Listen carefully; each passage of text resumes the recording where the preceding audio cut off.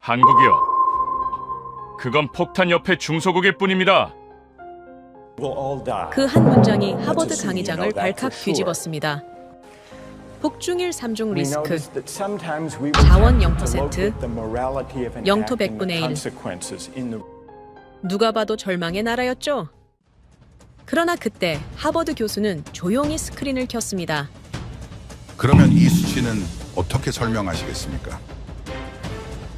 GDP 2조 달러, 방산 세계 5위, 콘텐츠 수출 135억 달러. 이건 살아남은 민족이 아닙니다. 위기를 길들인 나라입니다. 기적이라 부르기엔 너무 계산적이고 계산이라 부르기엔 너무 완벽했습니다. 이제 세계 언론이 되묻습니다. 결과가 눈앞에 있는데 여전히 변수라 부르실 겁니까? 지금부터 그 놀라운 현장 속으로 들어가 보시죠. 미국에서 날아온 충격적인 이야기. 바로 시작합니다. 그리고 지금 어디에서 시청하고 계신지 댓글로 남겨주세요. 여러분의 이야기도 듣고 싶습니다. 그 전에 잠깐 1초 만에 누를 수 있는 좋아요 버튼을 꾹 눌러주시면 영상 제작에 큰 힘이 됩니다. 그럼 바로 사연 시작하겠습니다. 질문 하나 드리겠습니다. 가장 많은 리스크를 가진 나라가 가장 빠르게 성장할 수 있을까요? 상식적으로는 불가능합니다. 북한의 위협, 중국의 압박, 일본의 지속적인 갈등. 이 3중 리스크 속에서 성장한다? 말도 안 됩니다. 그런데 말입니다. 한 나라가 해냈습니다. 위기를 회피하지 않으며 위기를 길들였어요. 안녕하세요. 하버드 대학교에서 국제정치학을 연구하고 있는 토스 에크먼이라고 합니다. 오늘은 오랫동안 당연하게 여겨졌던 한국과에 대한 인식이 왜, 그리고 어떻게 무너지게 되었는지 고백하려 합니다. 2025년 11월 초였어요. 워싱턴 펜타곤 지하 3층 브리핑룸, 수십조 달러 규모의 글로벌 안보 전략을 논의하는 자리였는데 CIA 국장, 국방부 차관, 국무부 고위 관계자들이 모두 모인 회의였습니다. 회의실 공기는 무거웠으며 모두의 표정이 진지했어요. 중동 정세, 인도 태평양 전략, 방산 산업 재편, 하나같이 민감한 안건들이었습니다. 그때 CIA 국장이 두툼한 보고서 한 부를 테이블 중앙에 놓았는데 표지에는 단 2글자만 적혀 있었습니다. 한국. 회의실이 조용해졌어요. 눈썹을 찌푸렸습니다. 한국이요? 오늘 회의 안건에 한국은 없었는데 말입니다. 중국도 아니며 러시아도 아니었습니다. 그런데 왜 한국입니까? 국장이 천천히 입을 열었어요. 여러분, 지난 10년간 우리가 간과했던 가장 중대한 변수가 있습니다. 바로 대한민국의 부상입니다. 속으로 코웃음을 쳤습니다. 한국이 무슨 중대한 변수란 말입니까? 오래전부터 한국을 분석해왔으며 결론은 명확했어요. 한국은 지정학적 위험지대이며 장기 성장은 구조적으로 불가능하다는 게 제 일관된 입장이었습니다. 그런데 다음 순간 스크린에 제 이름이 떴어요. 토스 에크먼, 2010년 보고서. 심장이 빠르게 뛰기 시작했습니다. 무슨 일인가요? 왜 제 보고서가 여기 나옵니까? 국장이 레이저 포인터를 들어 스크린을 가리켰어요. 화면에는 오래전 제가 작성한 문장이 크게 떠올랐는데 한국의 부상은 일시적이며 지속 불가능하다라는 문장이었습니다. 얼굴이 뜨거워지기 시작했어요. 바로 그때 국장이 천천히 말했죠. 에크먼 교수님의 2010년 분석은 당시 우리 커뮤니티의 기준이었습니다. 우리 모두 교수님의 예측을 신뢰했어요. 회의실 안 수십 명이 쳐다보고 있었습니다. 국장이 화면을 넘겼습니다. 그 옆에는 2025년 최신 데이터가 나란히 배치되었는데 방산 수출 세계 5위, 글로벌 점유율 4.5%, 반도체 시장 점유율 21%. 제가 예측했던 곡선은 완만한 하락세였어요. 한국 경제는 서서히 둔화되며 2025년쯤이면 성장률 1% 이하로 떨어질 것이라 봤습니다. 그런데 실제 데이터는 정반대였어요. 가파른 상승 곡선을 그리고 있었는데 완벽하게 반대 방향이었습니다. 국장이 다시 말했습니다. 하지만 시간이 흘러 지금 한국은 교수님의 모든 예측을 뒤집었습니다. 북한 위협이 계속되는 동안에도 중국의 경제 압박이 거세지는 와중에도 일본과의 갈등이 심화되는 상황에서도 한국은 성장했습니다. 오히려 더 강해졌어요. 레이저 포인터가 하나씩 데이터를 짚어갔습니다. 폴란드와 방산 계약 140억 달러, K2 전차 1000대, K9 자주포 600문, FA50 전투기 48대, 루마니아, 호주, 노르웨이, 이집트까지 줄을 서서 한국 무기를 주문했습니다. 국장이 멈춰서며 회의실을 둘러봤어요. 여러분, 이게 우리가 놓친 가장 큰 변수입니다. 손이 떨렸습니다. 제 보고서 어디에도 이런 시나리오는 없었어요. 한국의 군사적 위상은 구조적으로 제한적이다. 한국은 영원히 무기 수입국으로 남을 것이다. 제가 그렇게 썼습니다. 얼마나 자신 있게 썼던가요? 얼마나 확신에 차 있었나요? 옆자리에 앉은 전직랜드 연구소 동료가 조용히 속삭였어요. 에크먼, 당신이 틀렸어요. 한국은 위험지대가 아니었습니다. 그들은 위험을 무기로 만든 유일한 국가였어요. 그 말이 귓가에서 맴돌았는데 위험을 무기로 만들다 무슨 의미입니까? 국장이 계속 설명했습니다. 일본이 반도체 소재 수출을 막았을 때 한국은 1년 만에 국산화에 성공했습니다. 중국이 사드 보복으로 경제 압박을 가했을 때 한국은 공급망을 다변화하며 오히려 수출 시장을 확대했어요. 북한이 6차 핵실험을 했을 때 한국 증시는 이틀 만에 회복했으며 외국인 투자는 오히려 증가했습니다. 머릿속이 하얘졌어요. 25년간 쌓아온 분석 모델이 흔들리기 시작했습니다. 리스크가 많으면 성장이 둔화된다. 이게 제 기본 전제였어요. 국제정치학 교과서에 나오는 상식이었는데 그런데 한국은 그 공식을 완전히 무시했습니다. 누군가 질문했어요. 그렇다면 우리 모델에 뭐가 문제였습니까? 국장이 답했습니다. 우리는 한국을 너무 약하게 봤습니다. 리스크를 견디는 나라로만 봤어요. 하지만 한국은 리스크를 활용하는 나라였습니다. 위기를 회피하지 않으며 위기를 성장의 연료로 삼았습니다. 회의실이 술렁였어요. 몇몇은 고개를 끄덕였으며 몇몇은 메모를 시작했습니다. 국장이 마지막 슬라이드를 띄웠는데 제목은 이랬습니다. 대한민국 21세기 신흥 초강대국. 그 아래 작은 글씨로 적혀 있었어요. 기존 분석 모델의 전면 재검토 필요. 회의가 끝났습니다. 사람들이 하나둘 나가기 시작했는데 몇몇은 제게 눈길을 주며 지나갔어요. 동정인지 조롱인지 알 수 없었습니다. 혼자 회의실에 남아 앉아 있었어요. 빈 스크린을 멍하니 바라봤습니다. 제가 뭘 놓친 걸까요? 데이터는 다 확인했습니다. 경제 지표, 안보 환경, 인구 구조, 자원 부족, 모든 변수를 고려했어요. 그런데 왜 이렇게 틀렸습니까? 왜 한국은 제 모든 예측을 비웃듯 성장했습니까? 사무실로 돌아왔습니다. 커피를 한 잔 따르며 창밖 워싱턴 야경을 내려다봤어요. 불이 켜진 빌딩들, 달리는 자동차들, 평범한 밤이었는데 하지만 제게는 모든 게 달라 보였습니다. 25년간 쌓아온 커리어가 한순간에 흔들리고 있었어요. 노트북을 열어 지난 15년간 작성한 한국 관련 보고서를 꺼냈습니다. 2010년, 2013년, 2015년, 2018년 한 장 한 장 넘기며 읽어내려갔어요. 모든 보고서에서 한국의 한계를 지적했는데 북한 위협은 지속될 것이며 중국 압박은 강해질 것이며 일본과의 갈등은 심화될 것이다. 그래서 한국은 성장할 수 없다. 하지만 한국은 꺾이지 않았습니다. 오히려 더 강해졌어요. 제 예측은 틀렸으며 제 모델은 한국을 설명하지 못했습니다. 손이 떨렸어요. 마우스를 잡은 손이 미세하게 떨리고 있었습니다. 시계를 봤어요. 밤 11시였는데 집에 가야 할 시간이었습니다. 하지만 움직일 수가 없었어요. 의자에 깊이 기대며 천장을 올려다봤습니다. 혹시 25년 커리어가 통째로 잘못된 건 아닐까요? 혹시 제가 세계를 보는 방식 자체가 틀린 건 아닐까요? 그날 밤 잠을 이룰 수 없었습니다. 침대에 누워 눈을 감아도 펜타곤 회의실이 떠올랐어요. 스크린에 떠오른 제 이름, 오판의 대표 사례, 완벽하게 반대 방향, 그 단어들이 머릿속을 맴돌았습니다. 새벽 4시쯤 되어서야 결심했어요. 처음부터 다시 시작하겠다. 한국을 왜 그렇게 평가했는지, 그리고 왜 틀렸는지 밝혀내야 했습니다.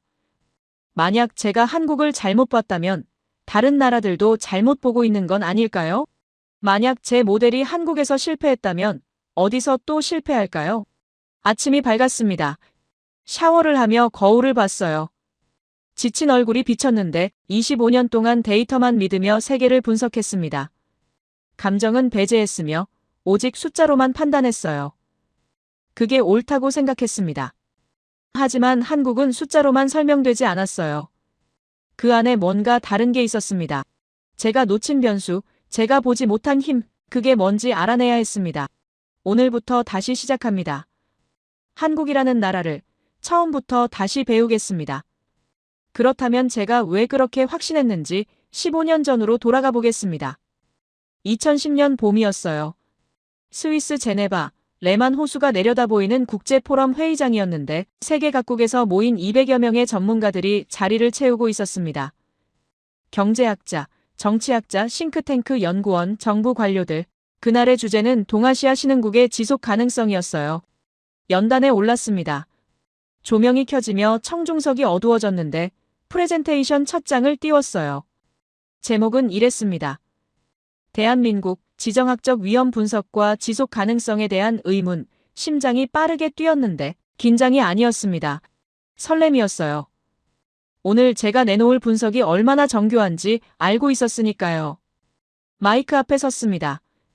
여러분, 한국은 지난 50년간 놀라운 성장을 이뤘습니다. 전쟁의 폐허에서 일어나 세계 10위권 경제대국이 되었어요. 이건 부인할 수 없는 사실입니다. 청중들이 고개를 끄덕였어요. 하지만 목소리를 높였습니다. 하지만 구조적 취약성은 여전합니다. 첫 번째 슬라이드를 넘겼어요. 북한 핵 위협. 빨간색 그래프가 화면을 채웠는데 북한은 핵 개발을 멈추지 않고 있습니다. 2006년 1차 핵실험 이후 지속적으로 도발하고 있어요. 한국은 언제든 전쟁 위험에 노출되어 있으면 이 리스크는 해결될 기미가 보이지 않습니다. 몇몇이 메모를 하기 시작했어요. 두 번째 슬라이드. 중국의 경제 압박. 중국은 한국 수출의 40% 이상을 차지하고 있습니다. 이건 의존도가 아닙니다. 종속입니다. 중국이 원하면 언제든 한국 경제에 타격을 줄 수 있어요. 실제로 사드 배치 논란 때 중국의 보복을 목격하지 않았습니까? 청중석에서 고개를 끄덕이는 사람들이 늘어났습니다. 세 번째 슬라이드. 일본과의 역사 갈등. 한국과 일본의 관계는 개선될 기미가 보이지 않습니다. 위안부 문제, 독도 영유권 분쟁, 역사 교과서 논란. 이 모든 갈등은 동아시아 안보 협력을 저해하고 있어요. 결과적으로 한국은 고립될 수밖에 없습니다. 잠시 멈춰 물을 마셨습니다. 청중들이 집중하고 있었어요. 여러분, 이 세 가지 리스크가 동시에 존재하는 나라입니다. 북한의 위협, 중국의 압박, 일본과의 갈등. 이게 한국이 처한 현실이에요. 그런데 여기서 끝이 아닙니다. 네 번째 슬라이드를 띄웠어요. 인구 구조의 붕괴. 한국의 출산율은 1.2명입니다. 세계 최저 수준이에요. 2030년이 되면 생산 가능 인구가 급감할 것이며 2050년에는 인구 절벽이 현실화됩니다. 경제 성장의 기반 자체가 무너지는 겁니다. 다섯 번째 슬라이드. 자원 부족. 한국은 석유도 없으며 천연가스도 없고 희토류도 없습니다. 모든 핵심 자원을 수입에 의존하고 있어요. 에너지 안보는 취약하며 원자재 가격 변동에 직접적인 타격을 받습니다. 이건 구조적 한계입니다. 레이저 포인터를 들어 화면을 가리켰습니다. 여러분, 종합해 보십시오. 안보 위협, 경제 종속, 외교 고립, 인구 감소, 자원 부족, 이 5가지 리스크가 중첩되어 있습니다. 제가 분석한 바로는 한국의 장기 성장은 구조적으로 불가능합니다. 목소리에 확신을 실었어요. 청중석에서 박수가 터져나왔습니다. 몇몇은 일어서서 박수를 쳤어요. 가슴이 뿌듯했습니다. 역시 제 분석이 맞았구나. 데이터는 거짓말하지 않는다. 그렇게 생각했어요. 질의응답 시간이 시작되었는데 한 미국 기자가 손을 들었습니다. 교수님, 그렇다면 골드만삭스의 낙관론은 어떻게 보십니까?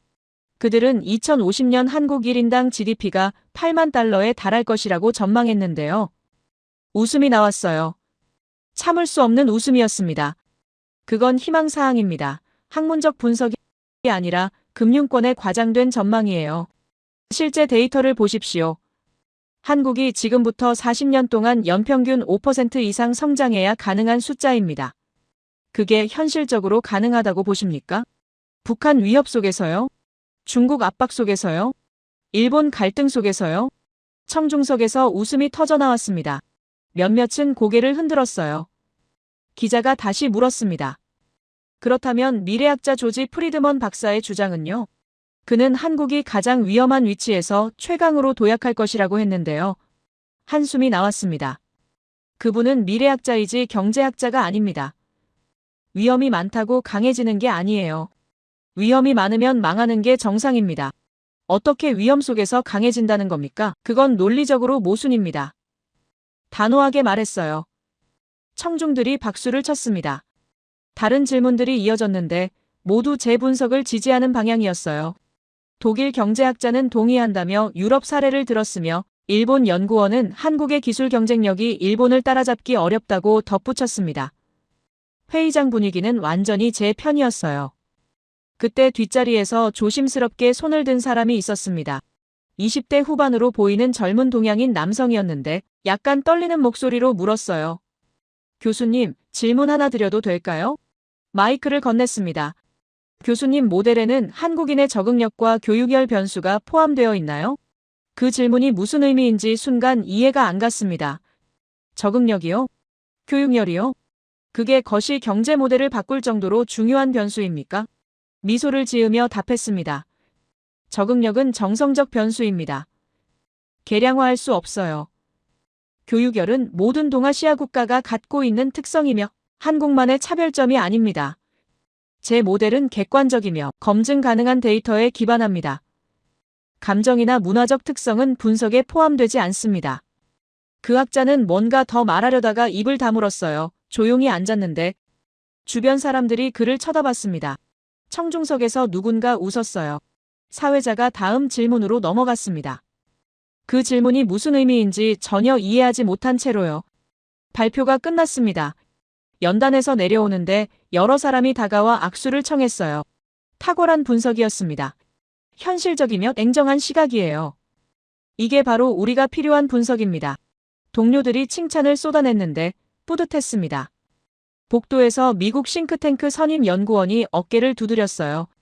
에크먼, 자네 발표 훌륭했네. 워싱턴 포스트 기자가 인터뷰하고 싶어 하던데 응하겠나? 당연합니다. 웃으며 답했습니다. 이런 분석이야말로 대중에게 알려져야 합니다. 저녁에 기자와 인터뷰를 했어요. 작은 카페였는데 기자가 노트북을 열며 물었습니다. 교수님, 한국의 미래를 한마디로 정의한다면요? 망설이지 않고 답했습니다. 한국은 중견국으로 남을 겁니다. 현재 수준을 유지하면 다행이며 자칫하면 하락할 수도 있어요. 초강대국? 그건 불가능합니다. 기자가 빠르게 타이핑했습니다. 그렇다면 한국에 투자하려는 사람들에게 조언한다면요? 신중해야 합니다. 단기 투자는 괜찮지만 장기 투자는 리스크가 너무 큽니다. 북한 변수 하나만으로도 모든 걸 잃을 수 있어요. 며칠 후 워싱턴 포스트에 기사가 실렸습니다. 제목은 하버드 교수, 한국의 장기 성장 회의론 제기였어요. 제 사진과 함께 인터뷰 내용이 크게 실렸는데 동료들이 축하 메시지를 보냈습니다. 제 이메일함이 가득 찼어요. CIA에서 연락이 왔습니다. 에크먼 교수님, 한국 관련 자문을 부탁드리고 싶습니다. 교수님 분석이 매우 현실적이라는 평가입니다. 가슴이 벅차올랐어요. 드디어 제 연구가 정책에 반영되는구나. 펜타곤에서도 제 보고서를 요청했습니다. 국무부 관계자와 회의를 했으며 실리콘밸리 투자자들도 제 예측을 참고하기 시작했어요. 제 이름 앞에는 항상 수식어가 붙었습니다. 한국 전문가 토스 에크먼, 하버드 동료 교수가 복도에서 말했습니다. 에크먼, 자네가 한국을 가장 잘 아는 사람이야. 자네 분석만큼 정교한 걸 본 적이 없네. 고개를 끄덕이며 답했어요. 데이터는 거짓말하지 않습니다. 숫자가 모든 걸 말해주니까요. 그날 밤 호텔방으로 돌아왔습니다. 레만 호수가 내려다 보이는 창가에 서서 야경을 봤어요. 불빛이 반짝이는 제네바 시내, 멀리 보이는 알프스 산맥, 아름다운 풍경이었습니다. 노트북을 열어 오늘 발표 자료를 다시 봤어요. 북한 위협, 중국 압박, 일본 갈등, 인구 감소, 자원 부족, 모든 데이터가 명확했습니다. 한국은 이 리스크들을 극복할 수 없다. 그게 제 결론이었어요. 창밖을 보며 중얼거렸습니다. 한국 안 됐지만 이게 현실입니다. 감정이 아니라 데이터가 말하는 진실이에요. 자신감이 넘쳤습니다. 제가 옳다는 확신이 있었어요. 그날 밤 그 젊은 한국 학자가 던진 질문이 잠깐 떠올랐는데 적응력과 교육열, 그게 뭐가 중요하다는 건지 고개를 저었습니다. 그건 학문적 변수가 아니야. 그냥 감성적 표현일 뿐이지. 그 질문이 제 모든 오만을 무너뜨릴 핵심 키워드가 될 줄은 그때 전혀 몰랐습니다. 펜타곤 회의가 끝나고 일주일 후였습니다. 하버드 케네디 스쿨에서 연락이 왔어요. 에크먼 교수님, 긴급 세미나를 열고 싶습니다. 주제는 21세기 신흥 강대국 재평가입니다. 학생들이 교수님 이야기를 듣고 싶어 합니다. 전화를 받으며 망설였어요. 지금 제가 학생들 앞에 설 자격이 있을까요? 하지만 거절할 수 없었습니다. 25년간 가르쳐온 이 자리에서 제가 틀렸다는 걸 인정해야 했어요. 그게 학자로서 마지막 양심이라고 생각했습니다.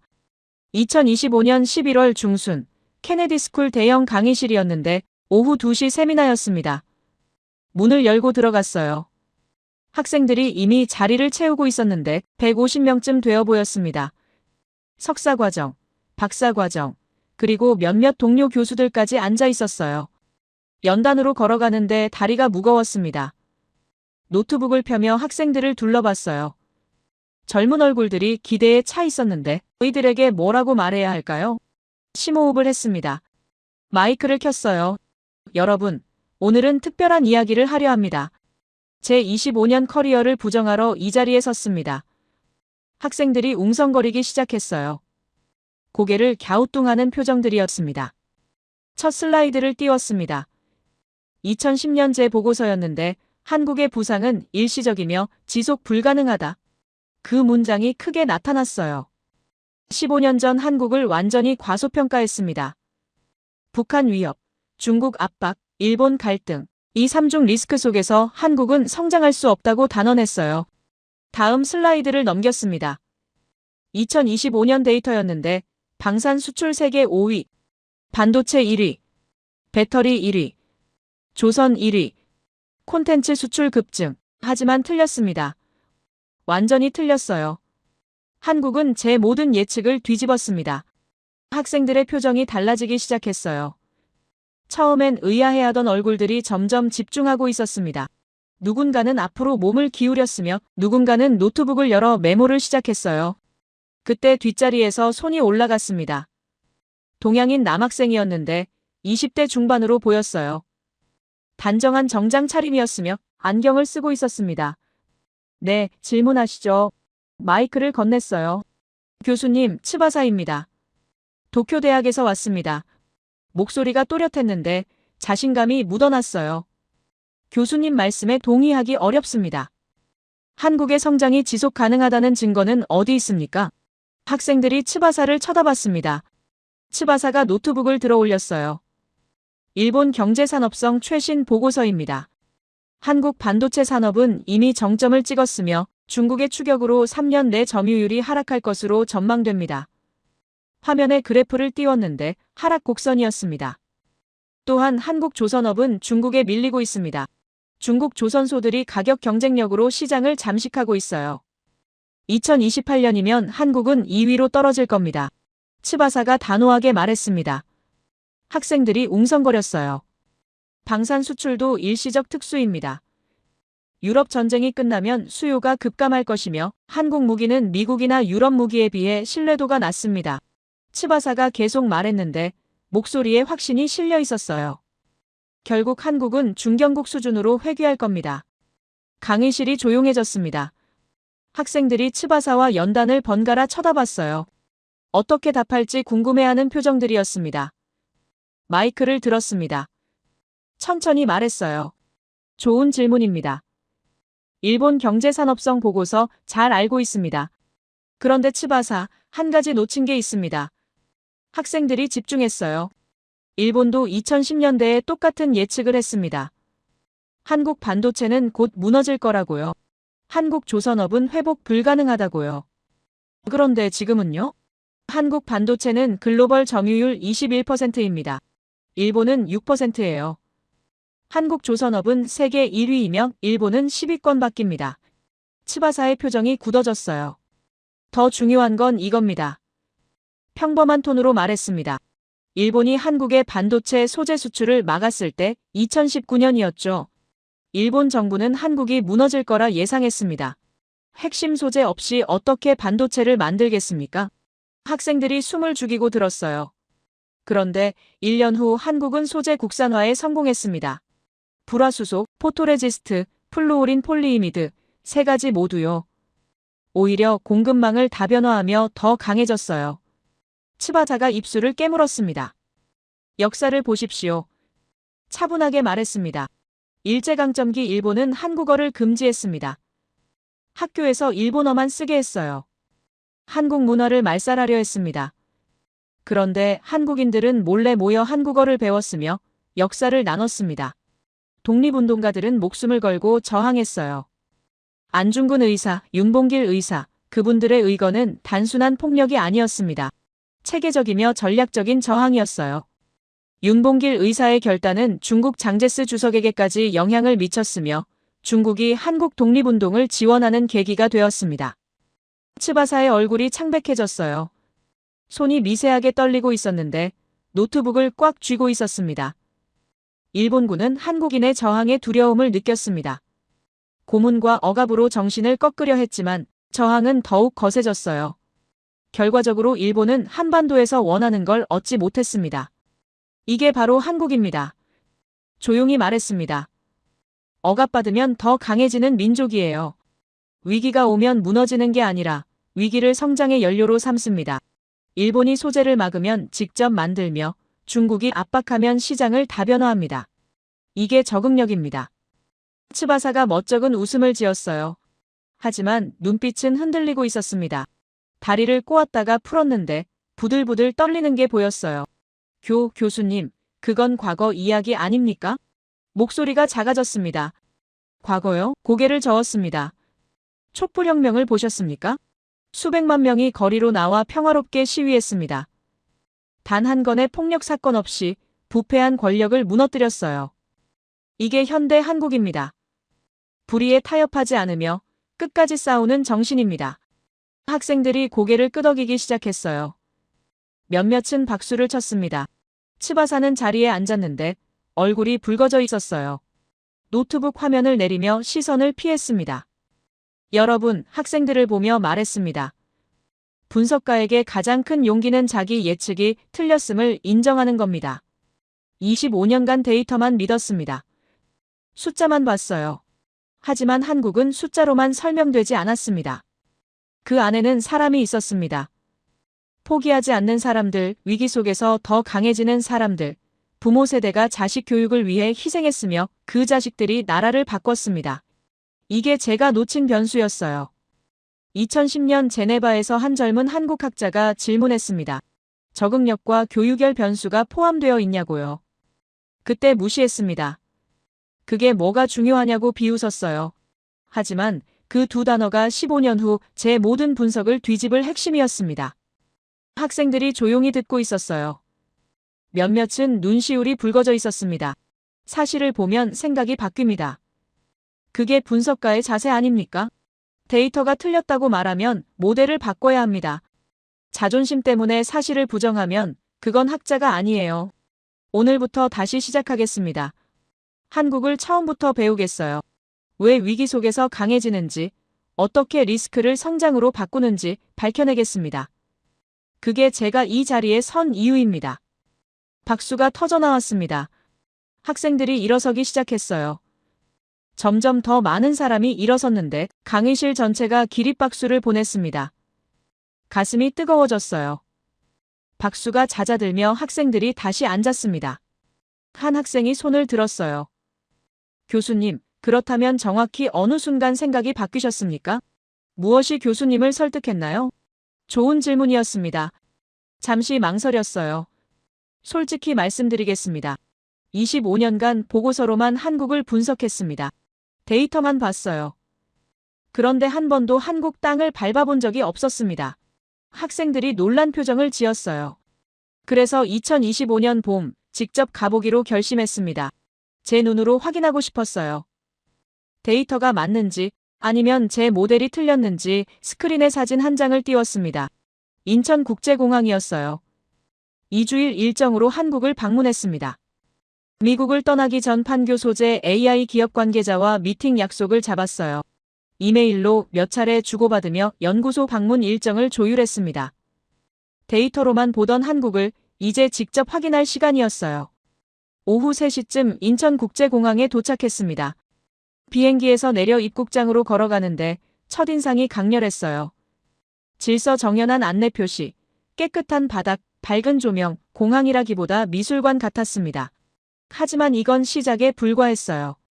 입국 심사대로 향했습니다. 자동 출입국 심사 전용 게이트가 따로 있었는데 여권을 스캔하며 얼굴을 보니까 자동으로 문이 열렸습니다. 30초도 안 걸렸어요. 담당 직원도 없었습니다. 완전 자동화였어요. 워싱턴 공항에서는 줄을 서서 30분씩 기다리는데 여기는 30초입니다. 속으로 중얼거렸어요. 이건 단순한 공항이 아니다. 국가 운영 능력의 축소판이다. 호텔로 가는 길에 창밖을 봤습니다. 사람들의 표정이 눈에 들어왔어요.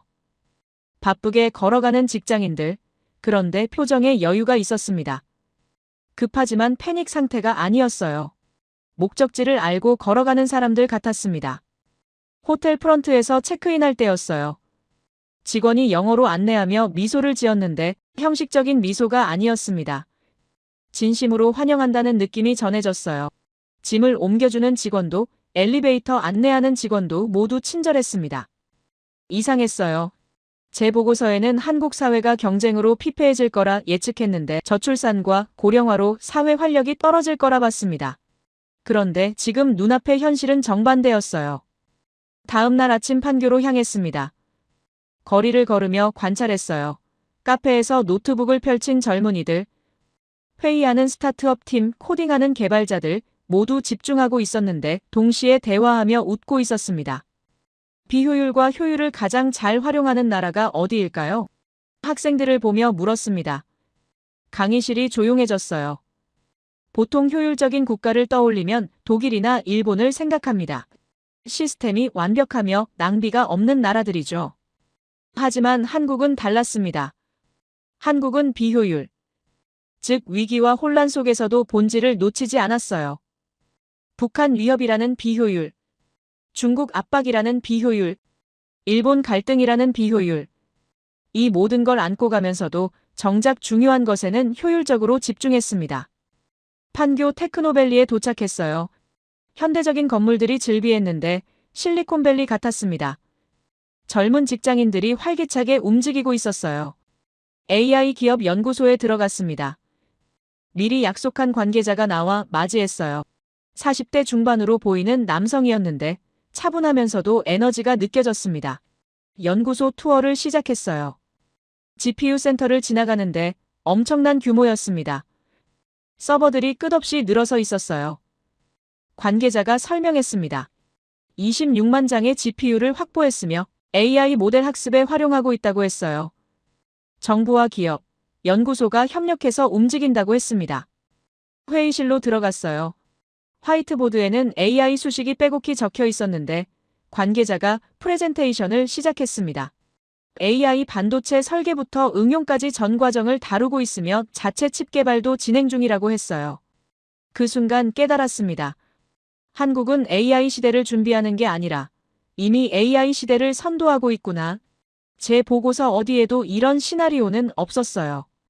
미팅 중간에 잠시 쉬는 시간이 있었습니다. 복도 창밖을 내려다봤는데 사람들이 보였어요.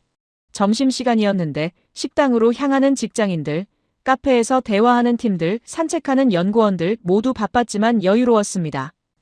그때 느꼈어요. 이 나라 사람들은 세상이 빠르게 돌아간다는 걸 알고 있구나. 그 속에서 무엇을 해야 하는지 분명히 캐치하고 있구나. 기술 트렌드를 따라가는 게 아니라 기술의 본질을 이해하고 있었습니다. 관계자와 대화하며 느낀 점이 있었어요. 이 사람은 AI를 유행으로 보지 않는다. 생존 도구로 본다. 중국과 미국 사이에서 살아남으려면 기술 자립이 필수라는 걸 알고 있었습니다. 위기가 명확하니까 해법도 명확했어요. 저녁에 명동거리를 걸었습니다.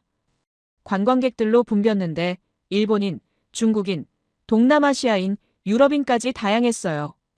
모두 한국 화장품을 사면 K-팝 굿즈를 들고 다녔습니다.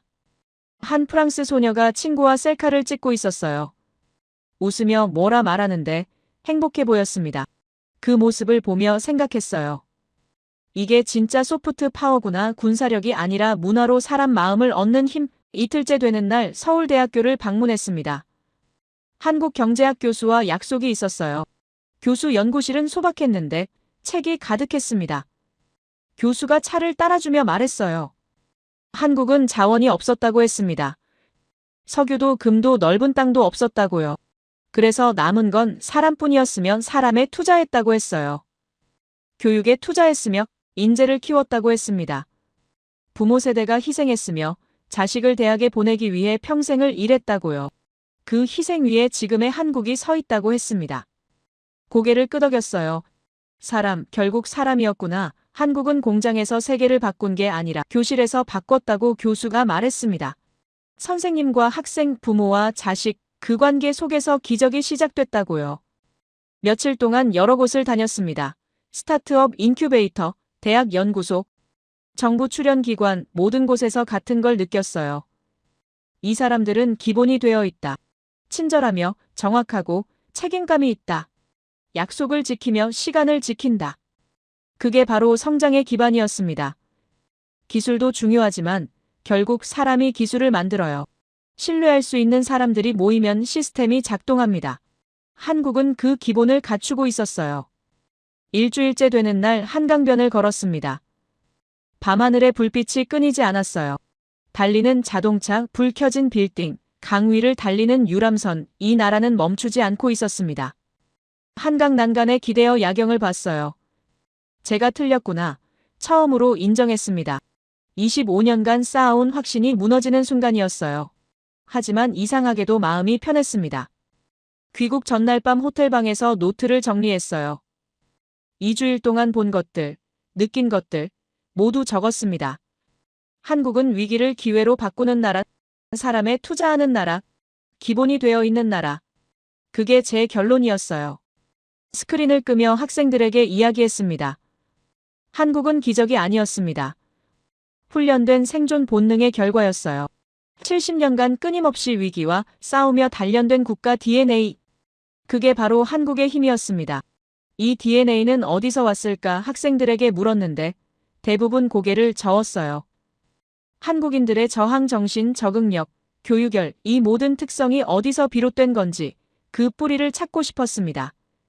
그래서 과거를 다시 들여다보기 시작했어요. 몇 년 전 일이었습니다. 미국 한 대기업에서 강연 요청이 왔어요. 주제는 인종차별과 사회적 다양성이었는데 글로벌 기업답게 다양한 국적의 직원들이 모여 있었습니다. 그날 강연 후 질의응답 시간에 특별한 세션이 있었어요. 아시아계 직원들이 겪는 차별 문제를 공유하는 시간이었습니다. 몇몇 직원들이 자신의 경험을 이야기하기 시작했어요. 중국 출신 엔지니어가 말했습니다. 승진 심사에서 늘 밀렸으며 리더십이 부족하다는 평가를 받았다고요. 인도 출신 개발자도 비슷한 경험을 공유했어요. 그런데 이상한 점이 있었습니다. 한국 출신 직원 3명이 있었는데 이들만 다른 이야기를 했어요. 차별을 경험한 적이 없다고 했습니다. 오히려 핵심 프로젝트를 맡고 있으며 팀 리더로 일하고 있다고 했어요. 처음엔 그냥 개인차라고 생각했습니다. 하지만 강연이 끝난 후에도 그 장면이 머릿속을 떠나지 않았어요. 같은 아시아인인데 왜 한국인들만 다를까? 왜 한국인들은 차별에서 자유로울 수 있었던 걸까? 그날 이후 한국인 동료들을 유심히 관찰하기 시작했습니다. 워싱턴 DC의 여러 기관에서 일하는 한국인들을 만났어요. 그들이 일터에서 어떻게 행동하는지, 어떤 태도를 보이는지 살펴봤습니다. 패턴이 보이기 시작했어요. 한국인들은 약자에게 관대했습니다. 동남아시아나 인도 출신 직원들과 대화할 때 늘 존중의 태도를 보였어요. 실수를 해도 웃으며 넘어갔으며 겸손하게 대하는 모습이 눈에 띄었습니다. 반면 서양 국가 출신의 고위 관리자들이 무례한 행동을 하거나 차별적인 발언을 할 때는 전혀 다른 모습을 보였어요. 한국인들은 절대로 침묵하거나 수동적으로 굴하지 않았습니다. 오히려 당당하게 의견을 표명했으면 때로는 유머를 섞어 상대방의 무례함을 꼬집기도 했어요. 흥미로웠던 점은 중국인 동료들과 비교했을 때 더욱 뚜렷하게 드러났습니다. 중국인 동료들은 약자에게 강하고 강자에게 약한 태도를 보였어요. 동남아시아나 인도 출신 직원들을 자신들보다 약소국 출신이라고 생각하며 무례하게 대하는 경우가 많았습니다. 그런가 하면 서구권 강대국 출신의 관리자들에게는 늘 아첨하며 잘 보이려 애썼어요. 심지어 자신들이 무시당하는 상황에서도 굴복하는 태도를 유지하는 경우가 많았습니다. 이 차이를 보며 큰 흥미를 느꼈어요. 왜 한국인들은 강자에게 굴하지 않고 당당하게 맞서는 반면 중국인들은 그렇게 하지 못할까? 이 차이는 어디서 오는 걸까? 한국인들의 자신감의 근원이 궁금해졌습니다. 역사를 들여다보기 시작했어요. 한국은 수많은 외세의 침략을 받았습니다. 하지만 단 한 번도 자신들의 정신을 꺾은 적이 없었어요. 지배를 당하면서도 늘 저항했으며 끝까지 자신의 문화를 지키며 독립을 위해 싸웠습니다. 일제강점기 동안 한국인들이 보여준 저항 정신은 세계 어느 나라에서도 보기 힘든 사례였습니다. 일본은 한국을 식민지로 삼으며 언어와 문화를 말살하려 했어요. 한국어 사용이 금지되었으며 학교에서조차 일본어로 수업을 들어야 하는 상황이었습니다. 하지만 한국인들은 굴하지 않았어요. 몰래 모여 한국어를 배웠으며 역사 이야기를 나눴습니다. 독립운동가들은 목숨을 걸고 저항했어요. 안중근 의사, 윤봉길 의사의 의거는 단순한 폭력 행위가 아니었습니다. 체계적이며 전략적인 저항의 일환이었어요. 윤봉길 의사의 의거가 특히 인상 깊었던 이유는 그의 행동이 중국의 장제스 주석에게도 큰 영향을 미쳤기 때문입니다. 윤봉길의 결단력과 희생은 중국 지도자들로 하여금 한국인을 존경하게 만들었으며 이를 계기로 중국은 한국의 독립운동을 적극 지원하기 시작했어요. 일본이 중국을 침략했을 때 중국인들은 공포에 사로잡혀 무기력하게 당하기만 했습니다. 수천만 명이 희생되었지만 제대로 된 저항조차 하지 못했어요. 반면 한국인들은 일본이 자신들을 지배하는 수십 년 동안 끊임없이 저항했습니다. 농기구를 무기 삼아 싸웠으며 게릴라전을 펼치며 침략자들을 괴롭혔어요. 일본군은 한국인들의 끈질긴 저항과 강인한 정신력에 점점 두려움을 느끼게 되었으며 시간이 갈수록 한국으로의 파견을 꺼리게 되었다고 합니다. 한국인들의 이러한 저항 정신은 단순한 애국심을 넘어 가족과 나라를 지키겠다는 강한 의지에서 비롯된 것이었어요. 일본군은 고문과 억압을 통해 한국인들의 정신을 꺾으려 했지만 그럴수록 한국인들의 저항은 더욱 거세졌습니다. 그리고 그 정신이 현대 한국인들에게도 그대로 이어져 내려온 것입니다. 학생들을 보며 말했어요. 대부분의 사람들이 이런 생각을 갖고 있습니다. 나라가 망하면 안 된다. 기술이 무너지면 안 된다. 꾸준히 성장해야 한다. 이건 어느 나라 국민이든 갖고 있는 마음입니다.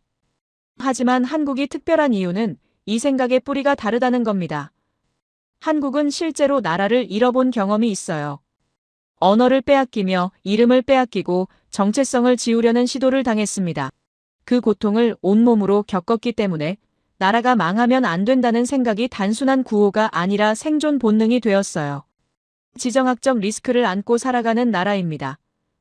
북한의 위협, 중국의 압박, 일본과의 갈등, 이 모든 역경 속에서도 의연하게 대처하며 오히려 위기를 기회로 만드는 데에는 조상들의 정신이 있기에 가능한 겁니다. 위기가 오면 더욱 강해지며 힘이 배가 되는 민족이에요. 일본이 소재를 막았을 때 좌절하지 않고 직접 만들었습니다. 중국이 압박했을 때 무너지지 않고 시장을 다변화했어요.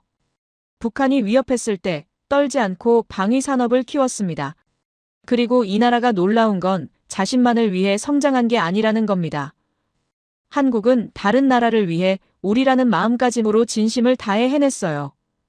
폴란드가 위급할 때 무기를 공급했으며 유럽이 에너지 위기에 처했을 때 배터리 기술을 나눴습니다.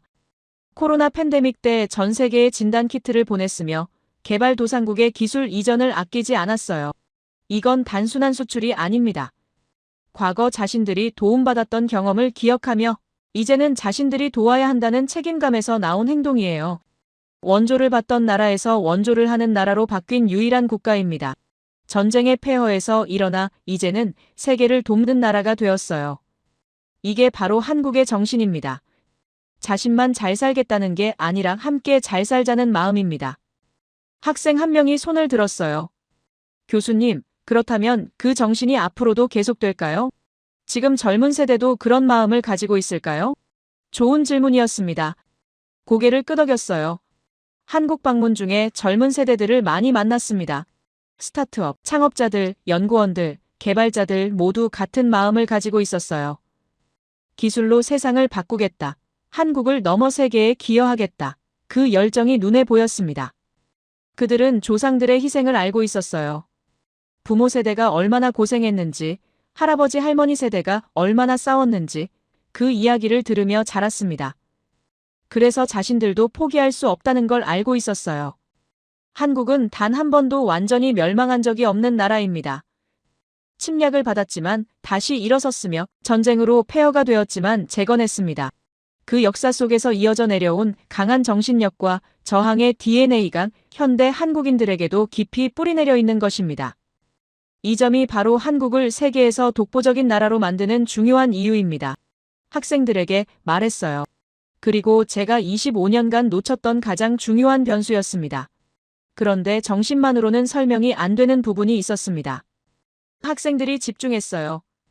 아무리 강한 정신력이 있어도 실제로 경제가 무너지면 소용없지 않느냐는 반론이 있을 수 있습니다. 맞는 말입니다. 그래서 데이터를 다시 들여다봤어요. 스크린에 그래프를 띄웠어요. 당시 미중 무역 전쟁이 한창이던 시기였는데 제 모델에 따르면 한국 수출은 감소해야 했습니다. 중국 경제가 둔화되며 미국과 중국이 관세 전쟁을 벌이면 그 사이에 낀 한국은 타격을 받을 수밖에 없었어요. 그런데 그래프는 달랐습니다. 한국의 반도체 수출이 오히려 급증하고 있었어요. 배터리 수출도 늘어났으며 조선 수주도 회복세를 보였습니다.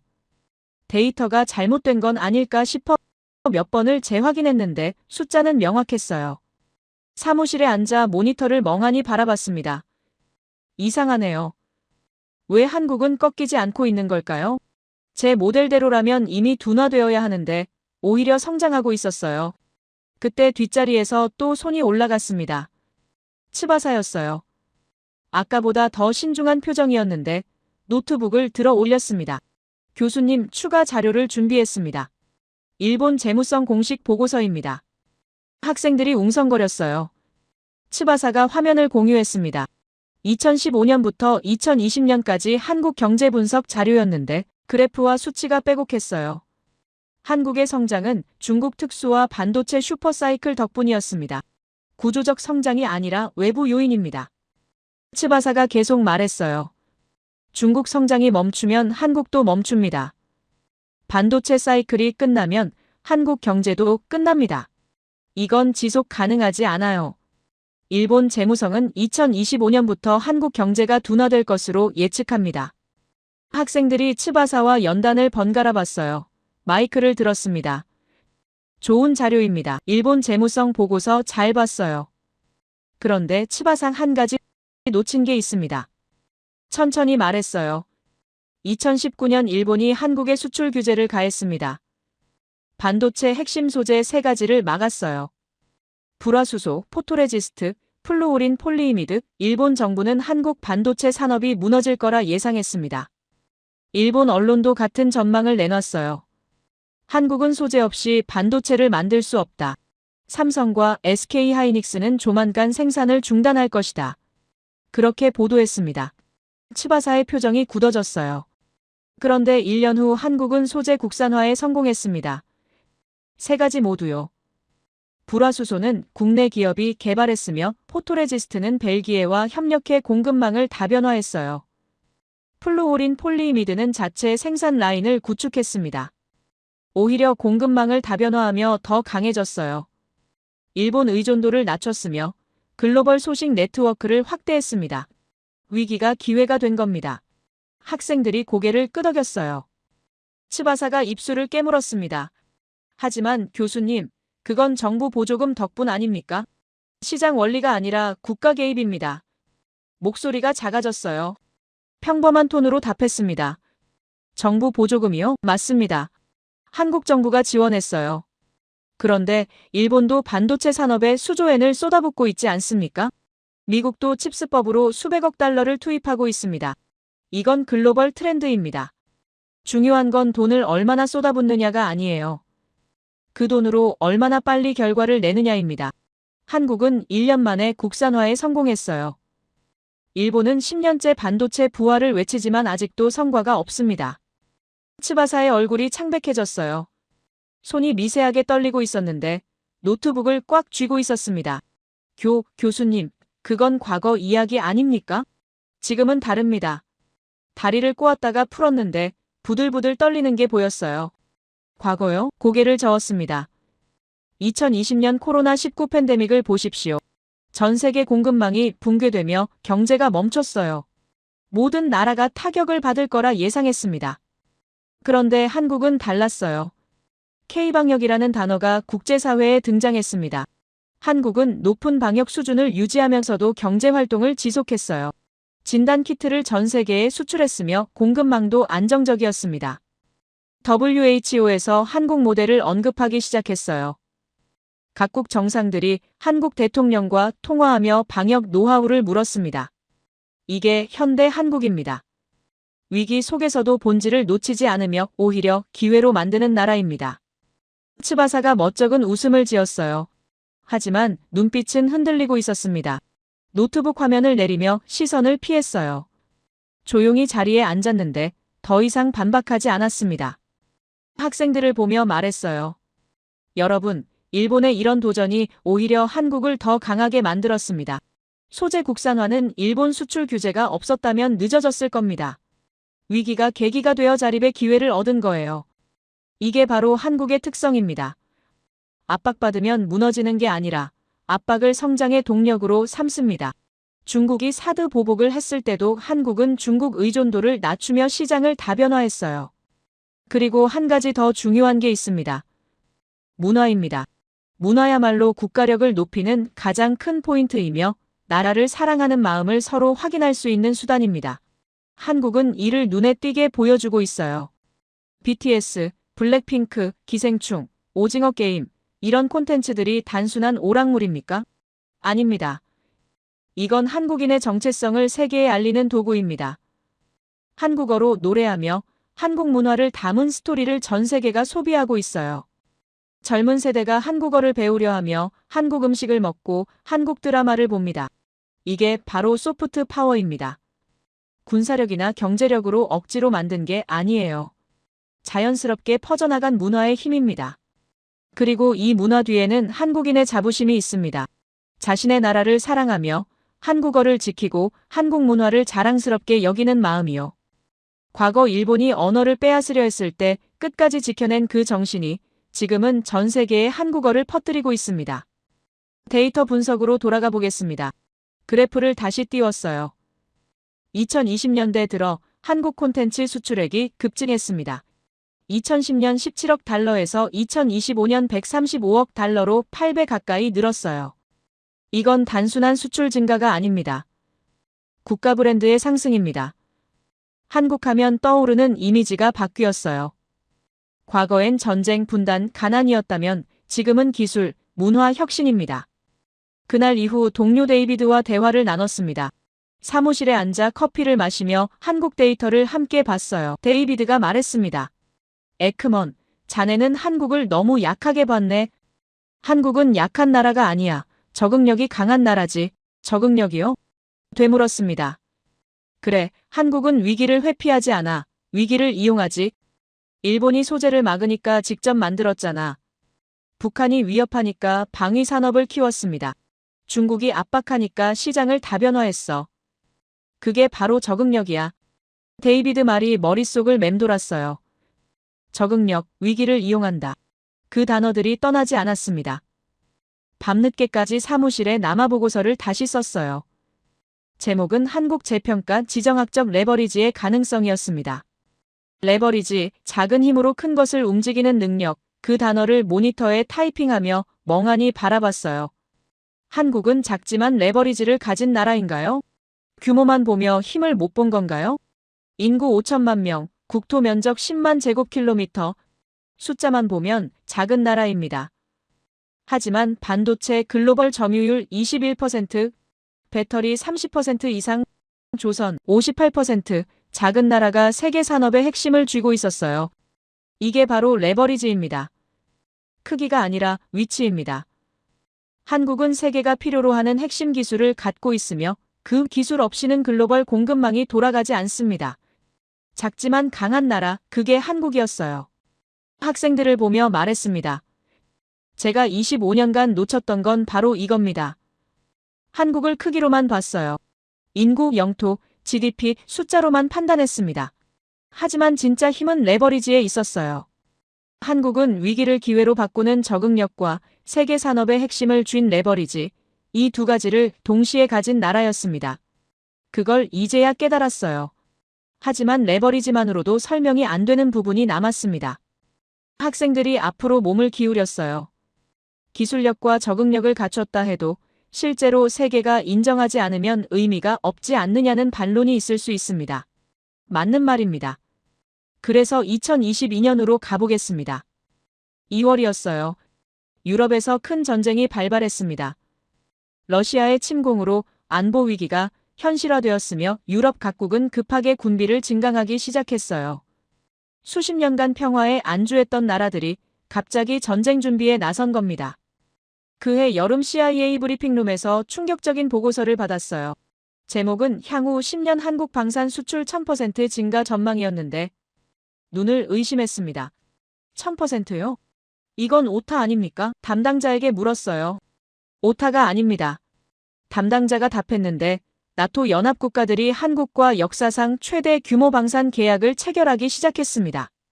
전차, 자주포, 전투기, 장갑차, 방산 시스템 전반에 걸쳐 주문이 쏟아지고 있으며 총액이 수백억 달러 규모입니다. 회의실이 숨이 멎었어요. 누군가 물었습니다. 왜 한국 무기를 선택합니까? 미국이나 독일 무기가 있는데요. 담당자가 답했어요. 가격 대비 성능이 뛰어나며 무엇보다 납기가 빠릅니다. 미국이나 독일 무기는 수년을 기다려야 하지만 한국 무기는 빠르게 인도가 가능하거든요. 손이 떨렸습니다. 2010년 보고서를 떠올렸어요. 한국의 군사적 위상은 구조적으로 제한적이다. 한국은 영원히 무기 수입국으로 남을 것이다. 제가 그렇게 썼습니다.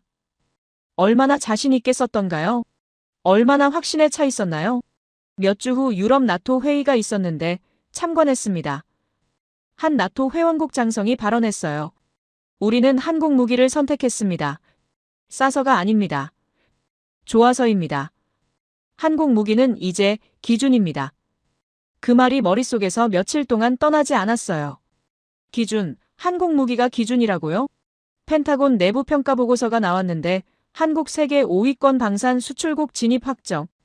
향후 몇 년 내 세계 4위 전망, 의자에 깊숙이 기댔습니다. 25년 커리어가 무너지는 소리가 들렸어요. 학생들을 보며 말했습니다. 그런데 방산만이 아니었어요. 스크린을 넘겼습니다. 반도체 글로벌 점유율 20% 이상으로 1위, 배터리 시장 점유율 30% 이상으로 압도적 1위, 조선 수주량 글로벌 절반 이상 차지하며 1위, 디스플레이 시장도 1위. 콘텐츠는 어떻습니까? K-팝, K-드라마가 전 세계를 휩쓸고 있습니다. 글로벌 스트리밍 플랫폼 상위권에 한국 드라마가 늘 자리하며 음악 차트를 한국 가수들이 장악하고 있어요. 이게 문화 강국입니다. 그리고 한 가지 더 있습니다. 잠시 멈췄어요. 우주입니다. 학생들이 눈을 크게 떴어요. 한국은 우주기술까지 섭렵했습니다. 2025년 11월 말 누리호 4차 발사가 성공했어요.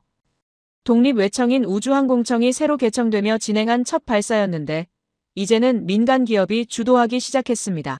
정부 주도에서 민간 주도로 전환되고 있다는 뜻이에요. 이게 얼마나 큰 변화인지 아십니까?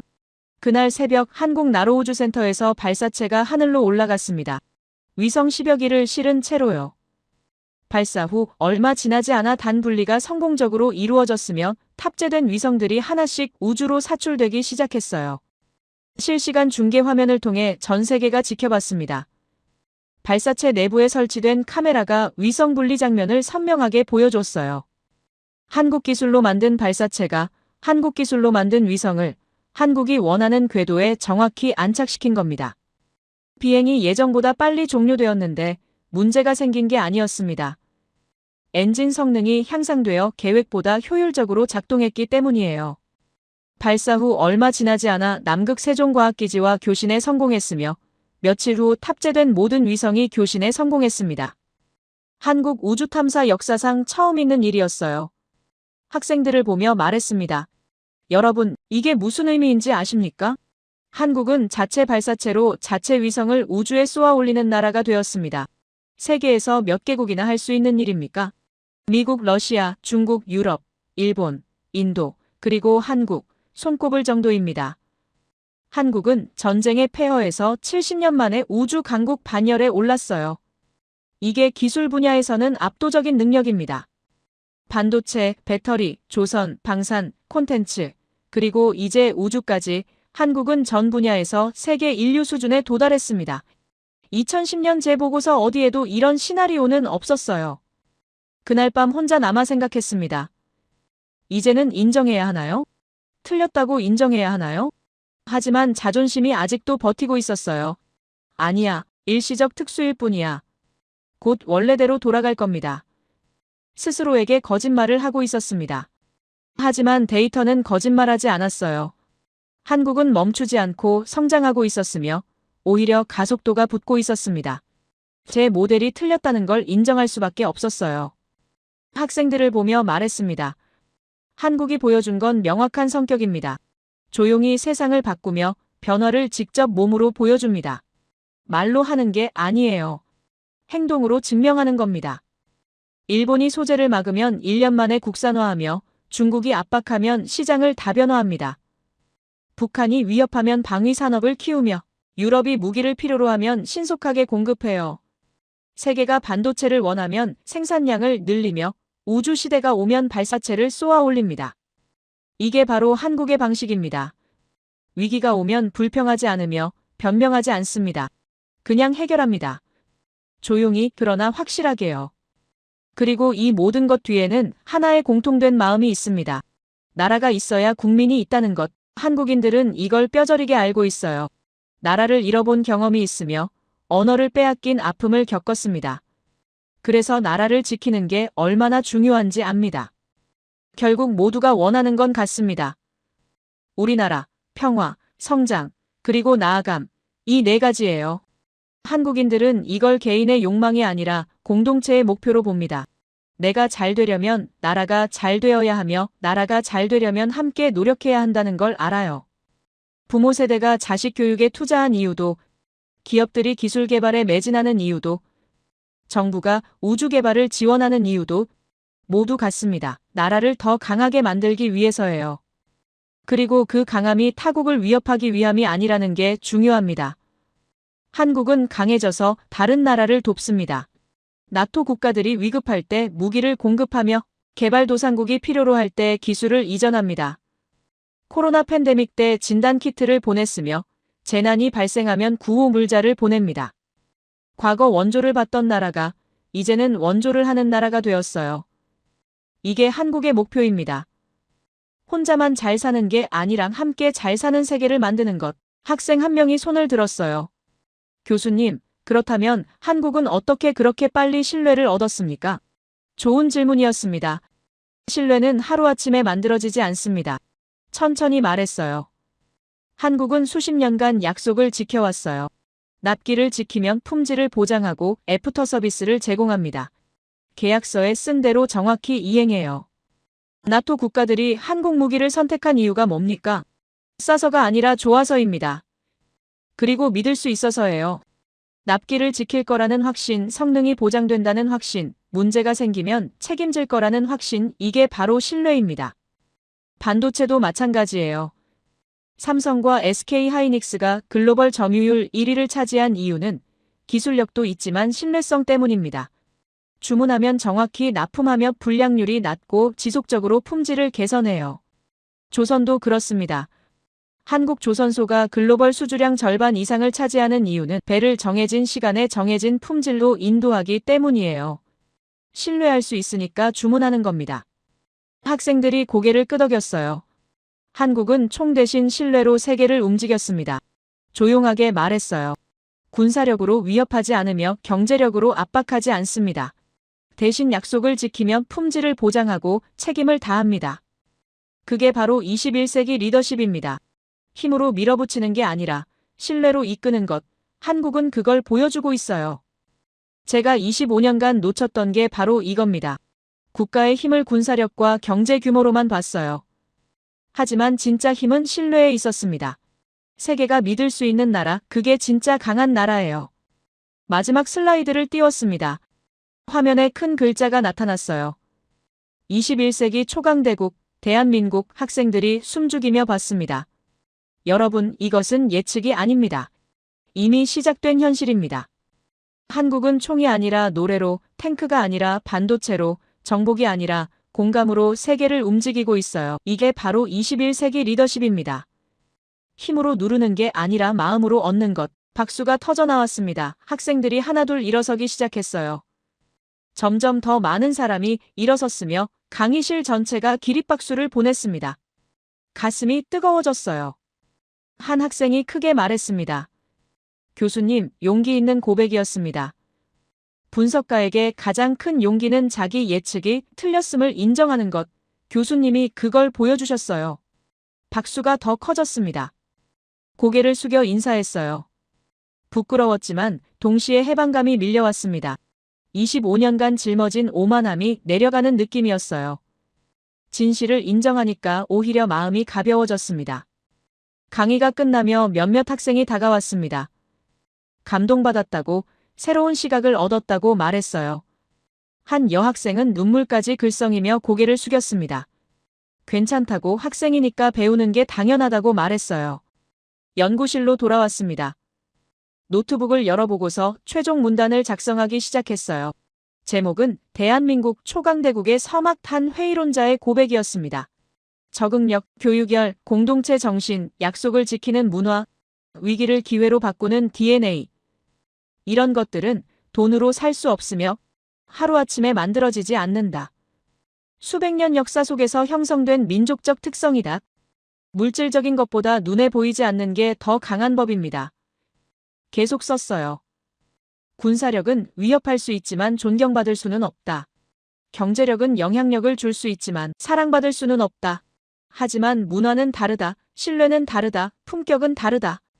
한국이 가진 이런 힘이 선진국들 사이에서 자꾸 견제 대상이 되며 동시에 선망의 대상이 되는 이유다. 미국은 한국의 반도체 기술을 원하며 유럽은 한국의 방산 시스템을 원한다. 아프리카는 한국의 발전 모델을 원하며 아시아는 한국의 문화를 원한다. 보고서를 마치고 저장 버튼을 눌렀습니다. 그리고 집으로 돌아가는 길에 생각했죠. 과연 미국은 한국처럼 될 수 있을까? 중국은, 일본은 어려울 겁니다. 한국이 가진 역사적 경험, 민족적 특성, 공동체 문화, 이런 건 복제할 수 없으니까요. 집문을 열고 소파에 앉아 노트북을 다시 열었습니다. 보고서를 온라인에 공개할 시간이었어요. 제목을 한 번 더 확인했습니다. 대한민국 초강대국의 서막한 회의론자의 고백. 업로드 버튼을 눌렀어요. 몇 분 후 댓글이 달리기 시작했습니다. 용기 있는 고백입니다. 저도 한국을 과소평가했었는데 이제 생각이 바뀌었습니다.